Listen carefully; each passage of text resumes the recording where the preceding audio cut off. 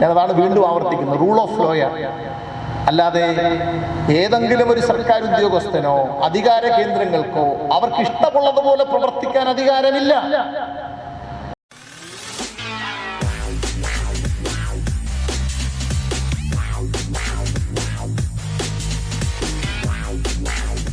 നിങ്ങളെ കമ്പിവടിക്ക് എനിക്ക് പരിചയമുള്ള ഒരാൾ, അല്ലെങ്കിൽ ശ്രീധരൻ മൂടാടി എന്നെ കമ്പിവടിക്ക് അടിച്ചതാണ് എന്നാണ് നിങ്ങൾ പറയുന്നതെങ്കിൽ അങ്ങനെ തന്നെ ഡോക്ടർ എഴുതി. അതിന് വലിയ എവിഡൻഷ്യറി വാല്യൂ ഉണ്ട്. തെളിവ് നിയമത്തിൽ അതിന് വലിയ പ്രാധാന്യമുണ്ട്. ഡോക്ടർമാരുടെ സ്റ്റേറ്റ്മെന്റിനെ കോടതികൾ അവിശ്വസിക്കാറില്ല.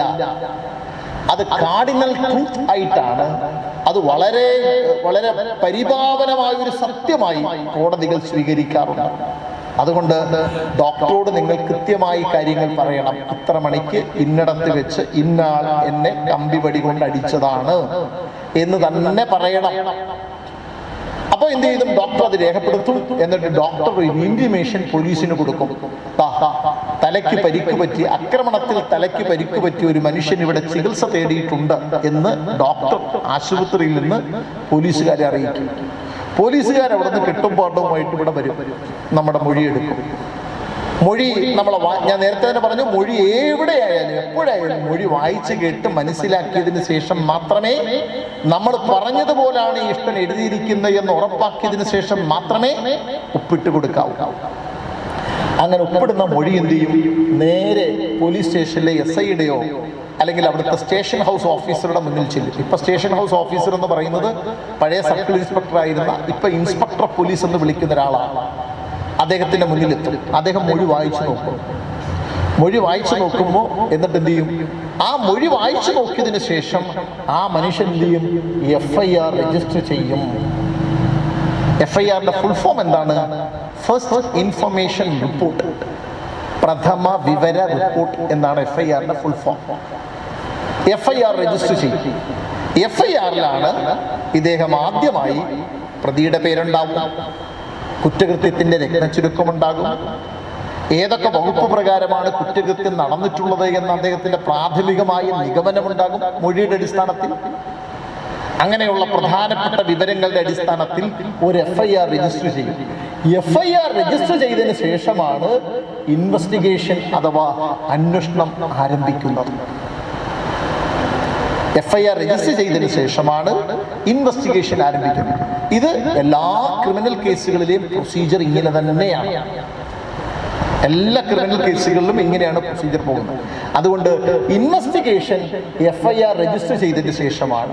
ഈ ഇൻവെസ്റ്റിഗേഷൻ സമയത്താണ് പട്ടികജാതി പട്ടികവർഗ അതിക്രമം തടയൽ നിയമം അനുസരിച്ച് DYSP രംഗപ്രവേശനം ചെയ്യുന്നത്. അതിനു മുമ്പ് DYSPക്ക് റോളില്ല. DYSPക്ക് റോളില്ല. അതുകൊണ്ട് നിങ്ങൾ പോലീസ് സ്റ്റേഷനിൽ പോയി പട്ടികജാതി പട്ടികവർഗ അതിക്രമ തടയൽ നിയമത്തെ സംബന്ധിച്ചൊരു പരാതി ബോധിപ്പിക്കുമ്പോൾ അവിടെ ഇരിക്കുന്ന പോലീസ് വേട്ടാവളിയൻ പറയുകയാണ്, നേരെ DYSP കാണണമെന്ന് പറഞ്ഞാൽ നീ നിന്റെ പണി നോക്കടാ എന്ന് പറയണം. ഇവിടെയാണ് പോലീസ് കേസ് രജിസ്റ്റർ ചെയ്യുന്നത് പോലീസ് സ്റ്റേഷനിലാണ്. കാരണം ഏത് കേസും അറിയപ്പെടുന്നത് FIR രജിസ്റ്റർ ചെയ്തതിന് ശേഷം. ഈ ഉള്ളിയേരി പഞ്ചായത്തിലെ പോലീസ് സ്റ്റേഷന്റെ പേരെന്താണ്? നിങ്ങളുടെ jurisdiction? Atholi police station crime number 675/2025.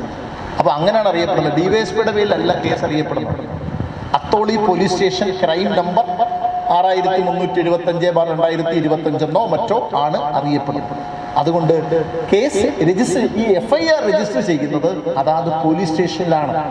അപ്പോൾ അവിടെ ഇരിക്കുന്ന പോലീസ് ഉദ്യോഗസ്ഥനോട് പറയണം, ഞങ്ങളെ തെറ്റിദ്ധരിപ്പിക്കാൻ നോക്കണ്ട, ഞങ്ങളെ തെറ്റിദ്ധരിപ്പിച്ചാൽ നിങ്ങൾക്കെതിരെ നിങ്ങളുടെ നിയമപരമായ ഉത്തരവാദിത്വം നിർവഹിച്ചില്ല എന്ന് പറഞ്ഞ് നിങ്ങൾക്കെതിരെ ഞങ്ങൾക്ക് കേസ് കൊടുക്കേണ്ടി വരും. കാരണം ഒരു കോഗ്നൈസബിൾ ഒഫൻസിനെ സംബന്ധിച്ച വിവരം ഒരു പോലീസുകാരനോട് പറഞ്ഞാൽ ആ പോലീസുകാരന് വേറെ ഒരു രക്ഷയുമില്ല, ഒരു മാർഗവുമില്ല. He has to write it down. അത് എഴുതിയെടുക്കാൻ അദ്ദേഹം ബാധ്യസ്ഥനാണ്. അത് ഏത് കുറ്റകൃത്യത്തെ സംബന്ധിച്ചും ഇത് തന്നെയാണ്. സുപ്രീം കോടതി പലതവണ പല കേസുകളിൽ ജഡ്ജ്മെന്റുകളിൽ പറഞ്ഞിട്ടുണ്ട്, if an information regarding a cognizable offense is informed to the policeman, he has no other way. അദ്ദേഹത്തിന് മുന്നിൽ മറ്റു മാർഗങ്ങളൊന്നുമില്ല. ഒരു കോഗ്നൈസബിൾ ഒഫൻസിനെ സംബന്ധിച്ച് വിവരം പോലീസുകാരുടെ മുന്നിൽ എത്തിയാൽ എഴുതിയെടുക്കുക, പറഞ്ഞ ആളുടെ ഒപ്പ് വാങ്ങുക, FIR രജിസ്റ്റർ ചെയ്യുക. FIR രജിസ്റ്റർ ചെയ്തതിന് ശേഷമാണ് അന്വേഷണം ആരംഭിക്കുന്നത്. ഓക്കെ, FIR രജിസ്റ്റർ ചെയ്തതിന് ശേഷമാണ് അന്വേഷണം ആരംഭിക്കുന്നത്. അന്വേഷണത്തിന്റെ ചുമതലയാണ് ആർക്കുള്ളത്? DYSPക്കുള്ള. പോലീസ് കേസ് രജിസ്റ്റർ ചെയ്യേണ്ടത് പോലീസ് സ്റ്റേഷനിലാണ്. അതുകൊണ്ട് അവിടെ നമ്മളെ തെറ്റിദ്ധരിപ്പിക്കാൻ നോക്കിയാൽ നിങ്ങൾ സെക്ഷൻ 4 എടുത്ത് വീശണം. നിങ്ങൾ സെക്ഷൻ 4 എടുത്ത് വീശണം. കാരണം സെക്ഷൻ 4 എന്താണ് പറയുന്നത്? നിങ്ങൾ കൊടുക്കുന്ന ഒരു വിവരം എഴുതിയെടുക്കുന്നില്ലെങ്കിൽ, അതിന്റെ സൗജന്യമായ കോപ്പി നിങ്ങൾക്ക് തരുന്നില്ലെങ്കിൽ, ആ വിവരത്തിന്റെ അടിസ്ഥാനത്തിൽ FIR രജിസ്റ്റർ ചെയ്യുന്നില്ലെങ്കിൽ, അതെല്ലാം 6 മാസം മുതൽ 1 വർഷം വരെ ശിക്ഷിക്കാവുന്ന കുറ്റകൃത്യമാണെന്ന് അങ്ങനെ നമ്മളെ തെറ്റിദ്ധരിപ്പിക്കാൻ ശ്രമിക്കുന്ന പോലീസുകാരനോട്, നിയമപരമായ അറിവില്ലാത്ത പോലീസുകാരനോട് പറയണം, നിങ്ങൾ പട്ടികജാതി പട്ടികവർഗ അതിക്രമം തടയൽ നിയമത്തിന്റെ 4-ാം വകുപ്പെടുത്തളിയ ഒന്ന് വായിച്ചു നോക്ക് എന്ന് പറയണം. ഓക്കെ, അങ്ങനെ പറയണം. അല്ലെങ്കിൽ ഇതിലെ ഒരു കോപ്പി 10-25 രൂപയുടെ കാര്യമുള്ളൂ. ഞാനിത് വാങ്ങിയപ്പോൾ 130 രൂപയായിരുന്നു. ഇപ്പം ചിലപ്പോൾ അതിനേക്കാൾ ചെറിയ കോപ്പിയൊക്കെ കിട്ടിയേക്കും, പല കോപ്പിയുണ്ട്. അല്ലെങ്കിൽ നിങ്ങൾ പോയി ഗൂഗിൾ സെർച്ച് ചെയ്ത് ഡൗൺലോഡ് ചെയ്താൽ 3-4 പേപ്പറിനകത്ത് പ്രിൻ്റ് ഔട്ട് എടുത്ത് സൂക്ഷിക്കാവുന്നതേ ഉള്ളൂ. 4-ാം വകുപ്പിൽ ഇങ്ങനെ പറയുന്നുണ്ട്. അതുകൊണ്ട് എൻ്റെ മൊഴി എടുക്കാൻ പറയണം അവരോട്. അതായത് ഇവിടെ നിയമവാഴ്ചയാണ്. ഞാനതാണ് വീണ്ടും ആവർത്തിക്കുന്നത്, റൂൾ ഓഫ് ലോയാണ്. അല്ലാതെ ഏതെങ്കിലും ഒരു സർക്കാർ ഉദ്യോഗസ്ഥനോ അധികാര കേന്ദ്രങ്ങൾക്കോ അവർക്ക് ഇഷ്ടമുള്ളതുപോലെ പ്രവർത്തിക്കാൻ അധികാരമില്ല. നിയമമറിയാവുന്ന പൗരന്മാർ ആണ് നിയമവാഴ്ച ഉറപ്പാക്കാൻ കഴിയുന്നത്. നിയമമറിയുന്ന ഉദ്യോഗസ്ഥരല്ല, നിയമമറിയുന്ന പൗരന്മാരാണ് നമ്മുടെ രാജ്യത്ത് നിയമവാഴ്ച ഉറപ്പാക്കേണ്ടത്. അതുകൊണ്ടാണ് ഇത്തരം പരിപാടികൾ നമ്മൾ നിരന്തരമായി പല വേദികളിൽ സംഘടിപ്പിക്കുന്നത്. നിയമമറിയാവുന്ന പൗരന്മാർ, നിയമമറിയാവുന്ന വ്യക്തികൾ ആണ് വേണ്ടത്. കാരണം ഇവിടെ നിയമവാഴ്ചയാണ്. മുഖ്യമന്ത്രിക്ക് അവരുടെ തോന്നിയ പോലെ പ്രവർത്തിക്കാൻ കഴിയില്ല. പഞ്ചായത്ത് മെമ്പർക്ക് അവർക്ക് തോന്നിയതുപോലെ പ്രവർത്തിക്കാൻ കഴിയില്ല, ഇഷ്ടം പോലെ പ്രവർത്തിക്കാൻ കഴിയത്തില്ല. അതിനെല്ലാ കാര്യങ്ങൾക്കും അതിൻ്റെതായ നിയമമുണ്ട്. നിയമപരമായ നിയമവാഴ്ച, റൂൾ ഓഫ് ലോ, നിയമവാഴ്ച ഉറപ്പാക്കുക എന്നുള്ളതാണ് ഇവിടുത്തെ അധികാര കേന്ദ്രങ്ങളുടെ എല്ലാം പരമപ്രധാനമായ ഉത്തരവാദിത്വം എന്ന് പറയുന്നത്. അപ്പം അതുകൊണ്ട് ഉദ്യോഗസ്ഥന്മാരുടെ വീഴ്ചയെ സംബന്ധിച്ച് ജാഗ്രതയോടുകൂടി നിങ്ങൾ പെരുമാറണം. നമ്പർ 1. ഇനി നമുക്ക് അവിടെ നിന്നുകൊണ്ട് നമുക്ക് സെക്ഷൻ 3-ലേക്കൊന്ന് പോകാം. സെക്ഷൻ 3-ലാണ് ഞാൻ നേരത്തെ പറഞ്ഞതുപോലെ പട്ടികജാതി അതിക്രമങ്ങളെ സംബന്ധിച്ച് പറയുന്നത്. അതിലൊരു കാര്യം നിങ്ങൾ ശ്രദ്ധിക്കേണ്ട ഒരു കാര്യമാണ്. ഉദാഹരണത്തിന് ഞാൻ പലപ്പോഴും ശ്രദ്ധിച്ചിട്ടുള്ള ഒരു പ്രധാനപ്പെട്ട കാര്യമാണ്,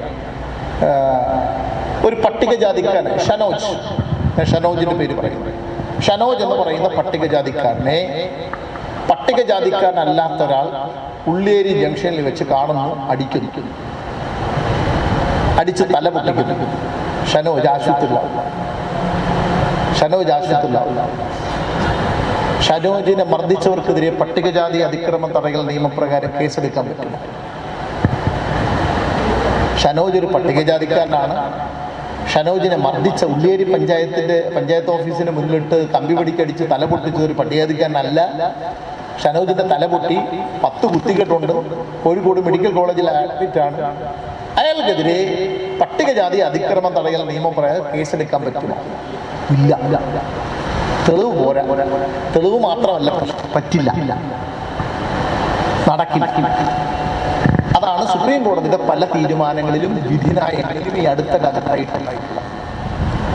ഒന്ന്, ഏറ്റവും ആദ്യം വേണ്ടത് ഷനോജ് ഒരു പട്ടികജാതിക്കാരനാണെന്നുള്ള അറിവ് അവന് വേണം. മനസ്സിലായില്ലേ? ഷനോജ് ഒരു പട്ടികജാതിക്കാരനാണെന്നുള്ള അറിവ് ആർക്ക് വേണം? പ്രതിക്ക് വേണം, അടിക്കുന്ന ആൾക്ക് വേണം. നമ്പർ 1. നമ്പർ 2, ഒരു പട്ടികജാതിക്കാരൻ എന്ന നിലയിൽ സാധാരണ ഇവിടെ അടിയും വഴക്കും വക്കാണോ അങ്ങോട്ടും ഇങ്ങോട്ടും തള്ളും ഉന്തുമൊക്കെ ഉണ്ടാവാറുണ്ട്. അതിന് കേസെടുക്കാൻ ഇവിടെ വേറെ നിയമമുണ്ട്. ഞാൻ നേരത്തെ പറഞ്ഞതുപോലെ ഇന്ത്യൻ പീനൽ കോഡുണ്ട്, ഇന്ത്യൻ ശിക്ഷാ നിയമമുണ്ട്. ഇപ്പോൾ അത് BNS ഉണ്ട്, ഭാരതീയ ന്യായ സംഹിതയുണ്ട്. അപ്പൊ ഭാരതീയ ന്യായ സംഹിത പ്രകാരമുള്ള കേസ് വരാം. പഴയ നിയമമാണെങ്കിൽ, പുതിയ നിയമത്തിന്റെ സെക്ഷനൊക്കെ ഞാൻ പഠിച്ചു വരുന്നേ ഉള്ളൂ, പിള്ളേർക്കാണ് ഇപ്പൊ കുറച്ചുകൂടി, നമുക്ക് പഴയതേ അറിയത്തില്ല. 326, 323, 324, 308, 307 ഒക്കെ വന്ന് കയറാം. പക്ഷേ SC/ST അട്രോസിറ്റീസ് പ്രിവെൻഷൻ ആക്ട് വന്ന് കയറണമെങ്കിൽ എന്ത് വേണം? ഷനോജ് ഒരു പട്ടികജാതിക്കാരനാണെന്ന അറിവോടുകൂടി, മുൻ അറിവോടുകൂടി, നേരത്തെയുള്ള അറിവോടുകൂടി, വ്യക്തമായ ബോധ്യത്തോടുകൂടി ഒരു പട്ടികജാതിക്കാരൻ എന്ന നിലയിലായിരിക്കണം അയാളെ മർദ്ദിക്കുന്നത്. അപ്പോഴാണ് പട്ടികജാതി അതിക്രമ തടയൽ നിയമം വന്നു കയറും. അത് നിരവധി സുപ്രീം കോടതി വിധികളിൽ അത് വ്യക്തമാക്കിയിട്ടുണ്ട്. ഈ അടുത്ത കാലത്തായിട്ടൊരു വിധി ശ്രദ്ധേയമായി നിങ്ങളുടെ ശ്രദ്ധയിലേക്ക് ഞാൻ കൊണ്ടുവരും. നിങ്ങളിൽ പലരും വായിച്ചിട്ടുണ്ടാകുമെന്ന് ഞാൻ വിചാരിക്കുന്നു. കുന്നത്തുനാട് MLA PV ശ്രീനിജൻ ഒരു പരാതി കൊടുത്തു. ആർക്കെതിരെയാണ് പരാതി കൊടുത്തത്? മറുനാടൻ മലയാളി എന്ന് പറയുന്ന ഓൺലൈൻ ചാനൽ ഉടമയായ ഷാജൻ സ്കറിയക്കെതിരെയാണ് പരാതി കൊടുത്തത്. കാരണം ഷാജൻ സ്കറിയ അദ്ദേഹത്തിന്റെ മറുനാടൻ മലയാളി എന്ന് പറയുന്ന വാർത്താ ചാനലിൽ, ഓൺലൈൻ ചാനലിൽ കുന്നത്തുനാട് MLA PV ശ്രീനിജനെതിരായി നിരവധിയായ വിമർശനങ്ങൾ, ആക്ഷേപങ്ങൾ ചൊരിഞ്ഞു. അദ്ദേഹം ഒരു യുവ മാഫിയ ഡണ്ണാണ്. അദ്ദേഹമാണ് കിറ്റക്സിന്റെ സാബുവിനെ ഇവിടെ നിന്ന് ഓടിച്ചത്. അദ്ദേഹം പല ധാരകളും ചെയ്തു വരുന്ന ആളാണ്. അധോലോക പ്രവർത്തനമാണ് അദ്ദേഹം നിർവഹിച്ചു വരുന്നത് എന്നൊക്കെയുള്ള നിലയിലുള്ള നിരവധിയായ ആക്ഷേപങ്ങൾ കുന്നത്തുനാട് MLA PV ശ്രീനിജനെതിരെ ഉന്നയിച്ചു. PV ശ്രീനിജൻ അതിനെതിരെ പോലീസിലൊരു പരാതി കൊടുത്തു. അതിൽ അദ്ദേഹം പറയുന്നു, ഞാനൊരു പട്ടികജാതിക്കാരനാണ് ഞാൻ. കാരണം ഞാൻ കുന്നത്തുനാടെന്ന് പറയുന്ന പട്ടികജാതി സംവരണ മണ്ഡലത്തിൽ നിന്ന് ജയിച്ച ആളാണ്. പട്ടികജാതി സംവരണ മണ്ഡലത്തിൽ നിന്ന് ജയിച്ച ആളാകുമ്പോൾ സ്വാഭാവികമായി പട്ടികജാതിക്കാരനാണെന്നുള്ള അറിവുണ്ടല്ലോ. അത് വേണമെങ്കിൽ നമുക്ക് സമ്മതിക്കാം. എനിക്കെതിരെ ഇങ്ങനെയൊക്കെയുള്ളത് എനിക്ക് കേസെടുത്തു. PV ശ്രീനിജൻ ഇടതുപക്ഷക്കാരനല്ലേ, സ്വാഭാവികമായും സൂപ്പർ ഫാസ്റ്റ് വേഗതയിൽ FIR രജിസ്റ്റർ ചെയ്തു. ഷാജൻ സ്കറിയയുടെ ഭാര്യ, ഷാജൻ സ്കറിയയുടെ മാനേജർ, എഡിറ്റർ, ഈ 3 പേർക്കെതിരെ SC/ST അട്രോസിറ്റീസ് പ്രിവെൻഷൻ ആക്ട് പ്രകാരം കേസെടുത്തു. ഷാജൻ സ്കറിയ നേരെ ജില്ലാ കോടതിയിൽ ഒരു മുൻകൂർ ജാമ്യാപേക്ഷ കൊടുത്തു. തള്ളി. ഹൈക്കോടതിയെ സമീപിച്ചു. തടവ് വാങ്ങാനും ഉള്ള നിയമപരമായ ഉത്തരവാദിത്വം ഒരു പോലീസ് ഉദ്യോഗസ്ഥനുണ്ട്. നിങ്ങൾ മറക്കരുത്. അതിനു മുമ്പ് പറയുന്നതിന് മുമ്പ് ഞാനൊരു കാര്യം പറഞ്ഞു. നമ്മുടെ രാജ്യത്ത് നിലനിൽക്കുന്നത് റൂൾ ഓഫ് ലോയാണ്. എൻ്റെ മലയാളം എങ്ങനെ പറയാം? നിയമവാഴ്ചയാണ്. നമ്മൾ തിരഞ്ഞെടുക്കുന്ന ഗവൺമെന്റുകൾ, നമ്മുടെ സർക്കാർ ഉദ്യോഗസ്ഥന്മാർ, അവരുടെ ഒന്നാമത്തെ ഉത്തരവാദിത്വം എന്ന് പറയുന്നത് നിയമവാഴ്ച ഉറപ്പാക്കുക എന്നതാണ്. അല്ലാതെ അവർക്ക് സൗകര്യമുള്ളതുപോലെ ചെയ്യുക എന്നതല്ല. മനസ്സിലായില്ല ഞാൻ പറഞ്ഞത്? അവർക്ക് ഇഷ്ടമുള്ളതുപോലെ പ്രവർത്തിക്കുക എന്നതല്ല, നിയമം അനുശാസിക്കുന്ന പ്രവൃത്തികൾ നിർവഹിക്കുക എന്നതാണ്. ഒരു സർക്കാർ ഓഫീസിലേക്ക് നമ്മൾ പോകുന്നു, നമ്മളൊരു കാര്യം ആവശ്യപ്പെടുന്നു. നമ്മൾ ആവശ്യപ്പെടുന്ന കാര്യം നിയമപരമാണെങ്കിൽ അത് നിർവഹിക്കാൻ ഒരു സർക്കാർ ഉദ്യോഗസ്ഥൻ ബാധ്യസ്ഥനാണ്. അയാൾക്ക് പറയാൻ കഴിയില്ല എനിക്ക് പറ്റില്ല, എനിക്ക് കഴിയില്ലെന്ന് പറയാൻ കഴിയില്ല. കാരണം നിയമം അനുശാസിക്കുന്നു. ഇവിടെ SC/ST അട്രോസിറ്റീസ് പ്രിവെൻഷൻ ആക്ടിന്റെ ഒരു പ്രത്യേകത കൂടി ഞാൻ നിങ്ങളോട് പറയാം. എന്താണ്? ആ നിയമപ്രകാരം പറയുന്ന എല്ലാ കുറ്റകൃത്യങ്ങളും കോഗ്നൈസബിൾ ഒഫൻസ് ആണ്. ഇതിൽ വരുന്നതാണ്. കോഗ്നൈസബിൾ ഒഫൻസിന്റെ പ്രത്യേകത എന്താണ്? 1, ഗൗരവമുള്ള കുറ്റകൃത്യങ്ങളാണ്. 2, ഒരു കോഗ്നൈസബിൾ ഒഫൻസിനെ സംബന്ധിച്ച്, ഗൗരവമുള്ള ഒരു കുറ്റകൃത്യത്തെ സംബന്ധിച്ച വിവരം ഒരു പോലീസ് ഉദ്യോഗസ്ഥന് ലഭിച്ചാൽ അദ്ദേഹത്തിന്റെ മുന്നിൽ വേറെ ഒരു മാർഗവുമില്ല, ഒരു വഴിയില്ല, അത് എഴുതിയെടുക്കുക തന്നെ വേണം. പറഞ്ഞ മനസ്സിലായില്ലോ? പല പോലീസ് സ്റ്റേഷനുകളും അങ്ങനെ ചെയ്യാറില്ല എന്നുള്ളതൊരു വസ്തുതയായതുകൊണ്ടാണ് ഞാനിത് ആവർത്തിച്ച് പറയുന്നത്. അങ്ങനെ ചെയ്യുന്നില്ലെങ്കിൽ നിങ്ങളുടെ മുന്നിലുള്ള രണ്ടാമത്തെ മാർഗം എന്താണ്? നമ്മളൊരു പോലീസ് സ്റ്റേഷനിൽ പോയി പട്ടികജാതി പട്ടികവർഗ അതിക്രമ തടയൽ നിയമത്തെ സംബന്ധിച്ചൊരു വിവരം നമ്മൾ പോലീസുകാരനോട് പറഞ്ഞു. അയാൾ അത് എഴുതിയെടുക്കാൻ കൂട്ടാക്കുന്നില്ല. നമ്മുടെ മുന്നിലുള്ള പരിഹാരം എന്താണ്? നമ്മൾ പറയാൻ ഉദ്ദേശിച്ച കാര്യം കുറ്റകൃത്യത്തെ സംബന്ധിച്ച വിവരം നമ്മൾ എഴുതി തയ്യാറാക്കി നമ്മൾ ജില്ലാ പോലീസ് മേധാവിക്ക് അയക്കണം. അതാണ് അത് SC/ST അട്രോസിറ്റീസ് പ്രിവെൻഷൻ ആക്ടിനെ സംബന്ധിച്ച് മാത്രമല്ല, എല്ലാ കുറ്റകൃത്യങ്ങളെ സംബന്ധിച്ച് നമ്മൾ ചെയ്യേണ്ട കാര്യമാണ്. നമ്മൾ പോലീസ് സ്റ്റേഷനിൽ പോയി വിവരം പറഞ്ഞിട്ട് പോലീസുകാരൻ അത് എഴുതിയെടുക്കാൻ തയ്യാറാകുന്നില്ലെങ്കിൽ എന്ത് ചെയ്യണം? നമ്മൾ നേരെ ഒരു പേനയും പേപ്പറും എടുത്ത് ആ വിവരം എഴുതി രജിസ്റ്റേർഡ് പോസ്റ്റിൽ 30 രൂപ 40 രൂപയുടെ കാര്യമുള്ളൂ. രജിസ്റ്റേർഡ് പോസ്റ്റിൽ നേരെ ജില്ലാ പോലീസ് മേധാവിക്ക് അത് അയച്ചു കൊടുക്കണം. ജില്ലാ പോലീസ് മേധാവി അതിന്മേൽ ആക്ട് ചെയ്യാൻ വേണ്ടി നമ്മളൊരു ഒരാഴ്ച 2 ആഴ്ച കാത്തിരിക്കാം. 2 ആഴ്ച കാത്തിരുന്നിട്ടും ജില്ലാ പോലീസ് മേധാവി അതിന്മേൽ ആക്ട് ചെയ്യുന്നില്ലെങ്കിൽ നമ്മുടെ മുന്നിലുള്ള മൂന്നാമത്തെ വഴി എന്ന് പറയുന്നത് നമ്മൾ നേരെ കോടതിയിൽ ഒരു സ്വകാര്യ അന്യായം, ഒരു വക്കീലിനെ കണ്ടോ നിങ്ങൾക്ക് തനിയെ ഒരു സ്വകാര്യ അന്യായം ഫയൽ ചെയ്യുക എന്നതാണ്. അതാണ് നമ്മുടെ മുന്നിലുള്ള മാർഗം. ഈ 3 മാർഗങ്ങളാണ് നമുക്ക് മുന്നിലുള്ളത്. ഇവിടെ നിയമത്തിന്റെ സെക്ഷൻ 4 പറയുന്നത് നമ്മൾ പട്ടികജാതി പട്ടികവർഗ അതിക്രമം തടയൽ നിയമത്തെ സംബന്ധിച്ച് കുറ്റകൃത്യത്തെ സംബന്ധിച്ച് ഒരു പോലീസ് സ്റ്റേഷനിൽ ചെന്ന് വിവരം പറഞ്ഞിട്ട് ആ വിവരം പോലീസുകാരൻ എഴുതിയെടുക്കുന്നില്ലെങ്കിൽ അതൊരു കുറ്റകൃത്യമാണ്. അതൊരു കുറ്റകൃത്യമാണ്. പോലീസുകാരനെതിരെ നമുക്ക് കേസ് കൊടുക്കാം. അതൊരു കുറ്റകൃത്യമാണ്. എഴുതിയെടുക്കുന്നില്ലെങ്കിൽ അതൊരു കുറ്റകൃത്യമാണ്. ഒരാളെ എഴുതിയെടുക്കുന്നു എന്ന് വിചാരിക്കുക. പോലീസുകാരൻ നമ്മൾ പറഞ്ഞ വിവരം എഴുതിയെടുത്തു, പക്ഷേ നമ്മളെ അത് വായിച്ചു കേൾപ്പിക്കുന്നില്ല. വായിച്ചു കേൾപ്പിക്കുന്നില്ലെങ്കിൽ അതും ഒരു കുറ്റകൃത്യമാണ്. ഈ കുറ്റകൃത്യത്തിനെല്ലാമുള്ള ശിക്ഷ ഞാൻ ആദ്യമേ പറഞ്ഞു. 6 മാസം മുതൽ 1 വർഷം വരെ തടവ് ശിക്ഷ ലഭിക്കാവുന്ന കുറ്റകൃത്യമാണ് പോലീസുകാരൻ ചെയ്യുന്നത്. അയാൾ നമ്മൾ പറഞ്ഞ വിവരം എഴുതി, പക്ഷെ എഴുതിയെടുത്ത വിവരം നമ്മൾ വായിച്ച് കേൾപ്പിക്കുന്നില്ലെങ്കിൽ നമ്മളോട് അയാള് കുറ്റകൃത്യമാണ്. നമ്മൾ ഒപ്പിടുന്നതിന് മുമ്പ് വായിച്ച് കേൾപ്പിക്കണം. നമ്മൾ പലപ്പോഴും ഞാൻ അഭിഭാഷകൻ എന്ന രീതിയിൽ ഞാൻ പലപ്പോഴും കണ്ടിട്ടുണ്ട്, കേട്ടിട്ടുണ്ട്. പല പോലീസ് ഉദ്യോഗസ്ഥന്മാരും എനിക്കത് വായിച്ചു നോക്കണമെന്ന് പറഞ്ഞു കഴിഞ്ഞാൽ അതൊന്ന് വായിച്ചു നോക്കാൻ പറ്റത്തില്ല, എനിക്ക് സൗകര്യമുണ്ട് ഒപ്പിടെന്ന് പറയും. ഭീഷണിപ്പെടുത്തി വിരട്ടി അവനെ കൊണ്ട് ഒപ്പിടിക്കുന്ന നിലയാണ്. ഒപ്പിടരുത്. നിങ്ങൾ വായിച്ച് കേൾക്കാതെ നിങ്ങൾ ഒരു കാരണം, അത് SC/ST അട്രോസിറ്റീസ് പ്രിവെൻഷൻ ആക്ട് എന്ന് മാത്രമല്ല, ഒരു രേഖയിലും വായിച്ചു നോക്കി മനസ്സിലാക്കാതെ നിങ്ങൾ ഒപ്പിടാൻ പാടില്ല. അപ്പോൾ വായിച്ച് ഒപ്പിടിക്കുന്നതിന് മുമ്പ് ഒരു പോലീസ് ഉദ്യോഗസ്ഥൻ അയാൾ എഴുതിയെടുത്ത മൊഴി നിങ്ങളെ വായിച്ച് കേൾപ്പിക്കുന്നില്ലെങ്കിൽ അയാൾ ഒരു കുറ്റകൃത്യമാണ് ചെയ്യുന്നത്. 6 മാസം മുതൽ 1 വർഷം വരെ തടവ് ശിക്ഷ ലഭിക്കാവുന്ന ഒരു കുറ്റകൃത്യമാണ് ആ പോലീസ് ഉദ്യോഗസ്ഥൻ ചെയ്യുന്നത്. 2, അങ്ങനെ തയ്യാറാക്കിയ മൊഴി അതിൻ്റെ ഒരു കോപ്പി സൗജന്യമായി നിങ്ങൾക്ക് നൽകുന്നില്ലെങ്കിൽ അയാൾ വീണ്ടും ഒരു കുറ്റകൃത്യം ചെയ്യുകയാണ്. മനസ്സിലായി പറഞ്ഞത്? ഇതൊക്കെ നമ്മുടെ പ്രായോഗിക ജീവിതത്തിൽ നമുക്ക് സഹായിക്കുന്നതാണ്. അയാൾ ഒരു കുറ്റകൃത്യമാണ് ചെയ്യുന്നത്. മൂന്നാമത്തത് ഞാൻ നേരത്തെ പറഞ്ഞു, അങ്ങനെ നിങ്ങളുടെ മൊഴി എടുക്കുന്നില്ലെങ്കിൽ അതൊരു കുറ്റകൃത്യമാണ്.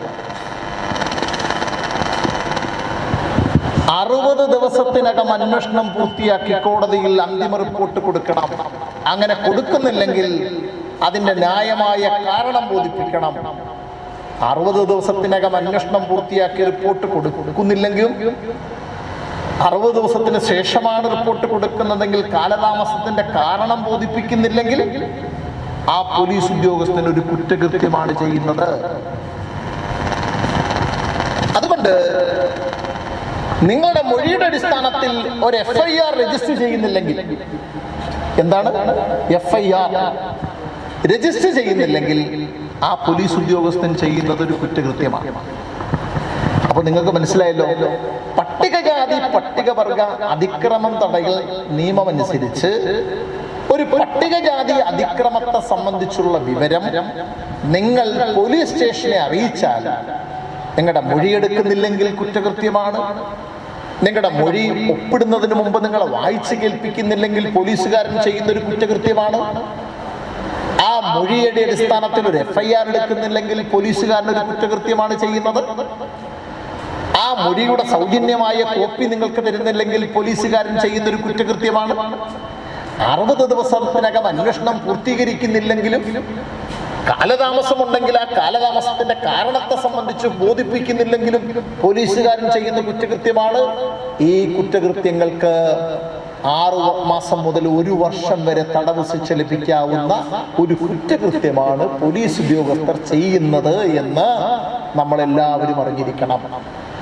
അപ്പൊ അതിന്റെ ഗൗരവം മനസ്സിലായോ? നോക്കൂ, മറ്റൊരു നിയമത്തിലും അങ്ങനെ ഇല്ല. ഞാൻ പ്രായോഗികമായി കണ്ടിട്ടുള്ള ഒരു വസ്തുത കൂടി ഞാൻ നിങ്ങളോട് പറയാം. നിങ്ങൾ ചിലപ്പോൾ ഒരുപക്ഷെ അനുഭവിച്ചതാണ്. നിങ്ങളൊരു പരാതിയുമായി പോലീസ് സ്റ്റേഷനിലേക്ക് പോകുന്നു. ഏതാ SC/ST അട്രോസിറ്റീസ് പ്രിവെൻഷൻ ആക്ടുമായി ബന്ധപ്പെട്ട ഒരു പരാതി പറയാനായി പോലീസ് സ്റ്റേഷനിലേക്ക് പോകുന്നു. അവിടെ ചെല്ലുമ്പോൾ അവിടെ ഇരിക്കുന്ന ഒരു പോലീസ് ഉദ്യോഗസ്ഥൻ, മിക്കവാറും പോലീസ് ഉദ്യോഗസ്ഥന്മാർക്ക് നിയമപരമായ അറിവില്ല. 1, നിയമപരമായ അറിവില്ല. 2, അറിവുണ്ടെങ്കിലും നമ്മളെ മനഃപൂർവ്വമായി തെറ്റിദ്ധരിപ്പിക്കുന്നവരുമുണ്ട്. വ്യക്തമായ അറിവുണ്ട്, പക്ഷെ നമ്മളെ കൺഫ്യൂസ് ചെയ്ത് കളയും. അവർ വന്നിട്ട് നമ്മളോട് പറയും, പാവപ്പെട്ട പട്ടികജാതിക്കാരോട് പറയും, പട്ടികജാതി അതിക്രമ തടയൽ നിയമവുമായി ബന്ധപ്പെട്ട കേസ് ഇവിടെ അല്ല തരേണ്ടത്, DYSPയുടെ മുന്നിൽ കൊണ്ടു കൊടുക്കണമെന്ന് പറയും. ഇല്ലേ? അങ്ങനെ പറയാറില്ല. അടിസ്ഥാനരഹിതമാണ്, നിയമവിരുദ്ധമാണ് ആ പ്രസ്താവന. SC/ST അട്രോസിറ്റീസ് പ്രിവെൻഷൻ ആക്ട് പ്രകാരം കേസ് അന്വേഷണമാണ് DYSPയിൽ നിക്ഷിപ്തമായിരിക്കുന്നത്. അന്വേഷണം, രജിസ്ട്രേഷൻ ഓഫ് ദി FIR അല്ല. ഒരു ക്രിമിനൽ കേസ് എങ്ങനെയാണ് ഉണ്ടാവുന്നത്? ഒരു ക്രിമിനൽ കേസ് ഉണ്ടാവുന്നത് എങ്ങനെ? ആദ്യം ഒരു സംഭവം ഉണ്ടാവും. നമ്മള് പട്ടികജാതി അതിക്രമം തടയൽ നിയമത്തെ മുൻനിർത്തിക്കൊണ്ട് നമുക്ക് പറയാം. പട്ടികജാതി അതിക്രമം തടയൽ നിയമപ്രകാരം അതിൽ ഒരു കുറ്റകൃത്യം നിർവഹിക്കപ്പെടുന്നു. ഒരു ക്രൈം ഉണ്ടാവുന്നു. ആ ക്രൈം ഉണ്ടാകുമ്പോൾ നമ്മൾ എന്ത് ചെയ്യും? ഒന്നുകിൽ പോലീസുകാർ നമ്മുടെ അടുക്കലോട്ട് വരും, അല്ലെങ്കിൽ നമ്മൾ നേരെ പോലീസ് സ്റ്റേഷനിലേക്ക് പോകും. നമ്മുടെ അടുക്കലോട്ട് പോലീസുകാർ വരിക എന്ന് പറഞ്ഞത് തല്ലുകൊണ്ട് തലയ്ക്ക് പൊട്ടി സ്റ്റിച്ചിട്ട് ആശുപത്രി കിടക്കുകയാണെങ്കിൽ പോലീസുകാർ അവിടെ വരും നമ്മുടെ മൊഴിയെടുക്കാൻ. അപ്പൊ അങ്ങനെ, അല്ലെങ്കിൽ നമ്മൾ നേരെ പോലീസ് സ്റ്റേഷനിൽ പോയി പരാതി പറയും. നമ്മൾ നേരെ പോലീസ് സ്റ്റേഷനിലേക്ക് പോകുന്നു, അല്ലെങ്കിൽ പോലീസുകാരെ സമീപിക്കുന്നു എന്ന് വിചാരിക്കാം. എന്നിട്ട് പോലീസുകാരൻ നമ്മുടെ മൊഴിയെടുക്കുന്നു. പോലീസുകാരൻ നമ്മൾ പറയുന്നത് എഴുതിയെടുക്കുന്നു, നമ്മളെ കൊണ്ട് ഒപ്പിടിക്കുന്നു. എങ്ങനെയാ ഒപ്പിടുന്നറിയോ നിങ്ങൾ? വായിച്ചു നോക്കി മനസ്സിലാക്കി ശരിയെന്ന് സമ്മതിച്ചു എന്നാണ് ഒപ്പിടുന്നത്. 99% കേസുകളിലും ഞാൻ കണ്ടിട്ടുള്ളത് വായിച്ചു നോക്കിയിട്ടില്ല. അവർ പറയുന്നതിന്റെ നേരെ വിപരീതമാണ് ഇഷ്ടം എഴുതി വെച്ചിരിക്കുന്നത്. അതുകൊണ്ട് വായിച്ചു നോക്കിയിട്ടേ ഒപ്പിട്ട് കൊടുക്കാമോ? വായിച്ചു നോക്കി അത് ഒപ്പിടണമെന്നാണ് പോലീസുകാരൻ പറയുന്നതെങ്കിൽ എനിക്ക് സൗകര്യമില്ല എന്ന് പറയുക, ഞാൻ ഒപ്പിടില്ല എന്ന് ഉറപ്പിച്ച് പറയുക. നിങ്ങളെ ഒരു ചുക്കും ഈ പോലീസുകാരനോ പോലീസ് സംവിധാനമോ ചെയ്യില്ല. അത് ഏത് സംഭവത്തിലാണെങ്കിലും നിങ്ങൾ ചെയ്യില്ല. രണ്ടാമത് ഒരു കാര്യം കൂടി ഇതിനിടയ്ക്ക് പറഞ്ഞു പോകാം. ഏതെങ്കിലും നിലയിൽ പട്ടികജാതി പട്ടികവർഗ അതിക്രമവുമായി ബന്ധപ്പെട്ടോ അല്ലാതെ നമ്മളെ ഒരാൾ മർദ്ദിച്ചു, എൻ്റെ തലയിൽ ഒരാൾ കമ്പി വെടികൊണ്ട് അടിച്ചു, തല പൊട്ടി, ഞാൻ നേരെ എവിടെ പോകണം? പോലീസ് സ്റ്റേഷനിൽ പോകണ്ട. You go directly to the hospital, to the doctor. നിങ്ങൾ നേരെ ആശുപത്രിയിലേക്ക് പോകുക. ആശുപത്രി ചെല്ലുമ്പോൾ ഒരു കാര്യം നിങ്ങൾ ശ്രദ്ധിക്കണം, ഡോക്ടറോട് ഞാൻ മറിഞ്ഞു വീണ് തല പൊട്ടിയതാണെന്ന് നാണക്കേട് കൊണ്ട് പറയാതിരിക്കരുത്. അങ്ങനെ പറഞ്ഞാൽ ഡോക്ടർ അദ്ദേഹത്തിന്റെ വൂണ്ട് സർട്ടിഫിക്കറ്റ്, അദ്ദേഹം അപ്പം തന്നെ ഒരു സർട്ടിഫിക്കറ്റ് തയ്യാറാക്കണം. ആക്സിഡന്റ് കം വൂണ്ട് സർട്ടിഫിക്കറ്റ് എന്നാണ് അതിന്റെ പേര്. പരിക്കുകളുമായി ബന്ധപ്പെട്ട ഒരു സർട്ടിഫിക്കറ്റ് അപ്പോൾ തന്നെ അദ്ദേഹം എഴുതും. ആ എഴുതുന്നതിനകത്ത് നിങ്ങൾ പറയുന്ന വിവരം കൂടി അദ്ദേഹം രേഖപ്പെടുത്തും. നിങ്ങൾ പറയുന്ന വിവരം കൂടി രേഖപ്പെടുത്തും. ആ വിവരം ഞാൻ മറിഞ്ഞു വീട് തലപൊട്ടിയതാണെങ്കിൽ സുപ്രീം കോടതിയെ സമീപിച്ചു. സുപ്രീം കോടതി പറഞ്ഞു, ഷാജൻ സ്കറിയയുടെ കേസിൽ പ്രഥമ ദൃഷ്ട്യാ SC/ST അട്രോസിറ്റീസ് പ്രിവെൻഷൻ ആക്ട് പ്രകാരം ഒരു കേസില്ല. SC/ST അട്രോസിറ്റീസ് പ്രിവെൻഷൻ ആക്ട് പ്രകാരം ഒരു കേസില്ല. ആ കേസ് ഈ അടുത്ത കാലത്ത് 2024-25 ഉണ്ടായ ഒരു കേസാണ്. ഷാജൻ സ്കറിയുമായി ബന്ധപ്പെട്ട് PV ശ്രീനിജനുമായി ബന്ധപ്പെട്ട കേസ്. ആ കേസിൽ നേരത്തെയുള്ള സുപ്രീം കോടതി വിധികളെയെല്ലാം അപഗ്രഥിച്ചുകൊണ്ടാണ് സുപ്രീം കോടതി പറഞ്ഞത്, ഇതിൽ ഒരു പട്ടികജാതി പട്ടികവർഗ അതിക്രമ തടയൽ നിയമപ്രകാരം കേസെടുക്കാനുള്ള ഇൻഗ്രീഡിയൻസ് ഇല്ല, ഘടകങ്ങളില്ല. അപ്പൊ ഇൻഗ്രീഡിയൻസ് എന്ന് പറയുമ്പോൾ നിങ്ങൾക്ക് മനസ്സിലാക്കാൻ വേണ്ടി കൂടുതൽ നമ്മുടെ സ്ത്രീകളായതുകൊണ്ട് പറയാം. സാമ്പാറിന്റെ ഇൻഗ്രീഡിയൻസ് എന്തൊക്കെയാണ്?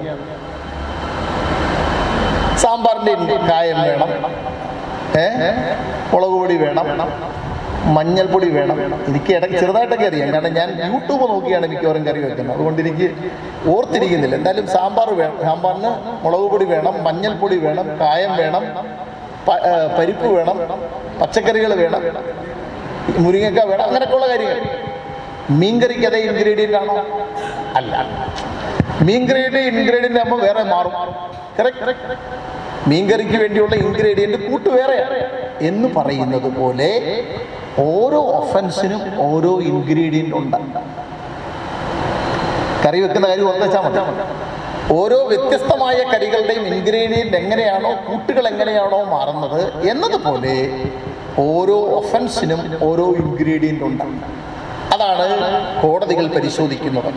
ഈ കേസ് നിലനിൽക്കുമോ ഇല്ലയോ എന്നറിയാൻ ഈ ഇൻഗ്രീഡിയൻ്റ് എല്ലാം ഉണ്ടോ എന്ന് കോടതികൾ നോക്കും, നിയമപരമായി പരിശോധിക്കും. അപ്പൊ പട്ടികജാതി അതിക്രമം തടയൽ നിയമപ്രകാരം കേസെടുക്കണമെങ്കിൽ ഞാൻ നേരത്തെ പറഞ്ഞതുപോലെ ഇൻഗ്രീഡിയന്റ് വേണം. ഒന്ന്,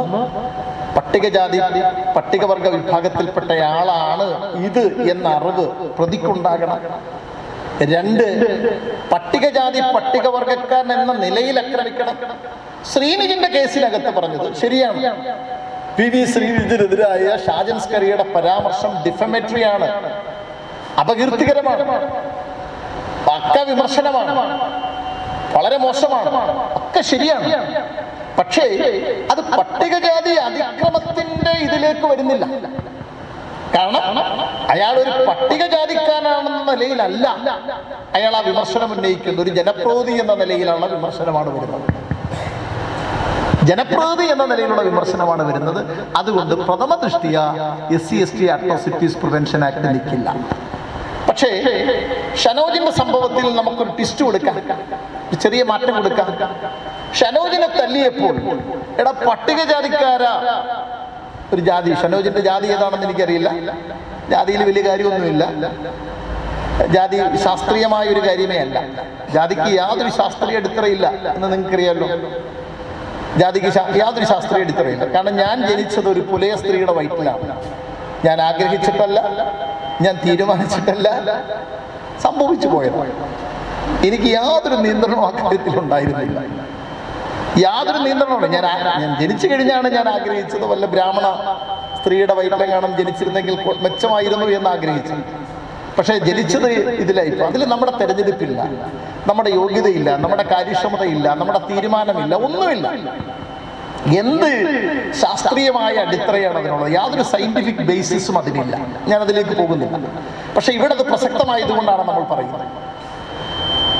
ഷനോജ് എന്ന് പറയുന്ന വ്യക്തിയെ, ഷനോജ് ഒരു പുലയനാണെന്ന് തന്നെ വിചാരിക്കും. അങ്ങനെ പുലയനായ ഷനോജിനോട് പൊലയ എന്ന് പറഞ്ഞുകൊണ്ടാണ് കമ്പിവടി കൊണ്ട് അടിച്ചതെങ്കിൽ എന്തുവരും? SC/ST അട്രോസിറ്റീസ് പ്രിവെൻഷൻ ആക്ട് സ്വാഭാവികമായി വന്നുകൊള്ളു. പക്ഷേ അല്ലാതെയുള്ള മർദ്ദനത്തിന് ഇന്ത്യൻ ശിക്ഷാ നിയമപ്രകാരമുള്ള വകുപ്പുകൾ മാത്രമേ വന്നു കയറൂ. അതുകൊണ്ടാണ് ഞാൻ പറഞ്ഞത്, പട്ടികവർഗ അതിക്രമം തടയൽ നിയമപ്രകാരമുള്ള കേസ് വരണമെങ്കിൽ ഇദ്ദേഹം ഒരു പട്ടികജാതിക്കാരൻ എന്ന നിലയിൽ അദ്ദേഹത്തിന് നേരെ ആക്രമണം ഉണ്ടാകണം. അതുകൊണ്ടാണ് നിയമം വളരെ കൃത്യമായി 3-ാം വകുപ്പിൽ ഏകദേശം 10-30-ലധികം വരുന്ന അട്രോസിറ്റികൾ പറയുന്നു. അതിൽ പ്രധാനപ്പെട്ട ചിലത് മാത്രം ഞാൻ പരിശോധിക്കാം. സമയം 1 മണിയാകാൻ പോകുന്നു. പട്ടികജാതി അതിക്രമം തടയൽ നിയമം 3-ാം വകുപ്പിൽ എന്താണ് ഈ നിയമം? പട്ടികജാതി അതിക്രമമായി പറയുന്നത് എന്താണ് എന്നത് ആ നിയമത്തിൽ വളരെ വ്യക്തമായി പറയുന്നു. ഒന്ന്, ചില കാര്യങ്ങൾ മാത്രം ഒരു 5-10 ഞാൻ പറയാം, വളരെ പ്രധാനപ്പെട്ട 5-10 പറയാം. ഒന്ന്, നമ്മുടെ വായിലേക്ക് എന്തെങ്കിലും ദുഷിച്ചതോ അതല്ലെങ്കിൽ അത് പ്രധാനമായും നമ്മൾ പലപ്പോഴും കേട്ടിട്ടില്ലേ, മലം തീറ്റിച്ചു, അങ്ങനെയൊക്കെയുള്ള സംഭവങ്ങൾ കേട്ടിട്ടില്ലേ? പട്ടികജാതിക്കാരെ മലം തീറ്റിച്ചു എന്ന് പറയുന്ന സംഭവം കേട്ടിട്ടില്ല. അതുമായി ബന്ധപ്പെട്ടതാണ് 1-ാമത്തെ ഒരു അട്രോസിറ്റി. അങ്ങനെയുള്ള സംഭവം ഒരു അതിക്രമമാണ്.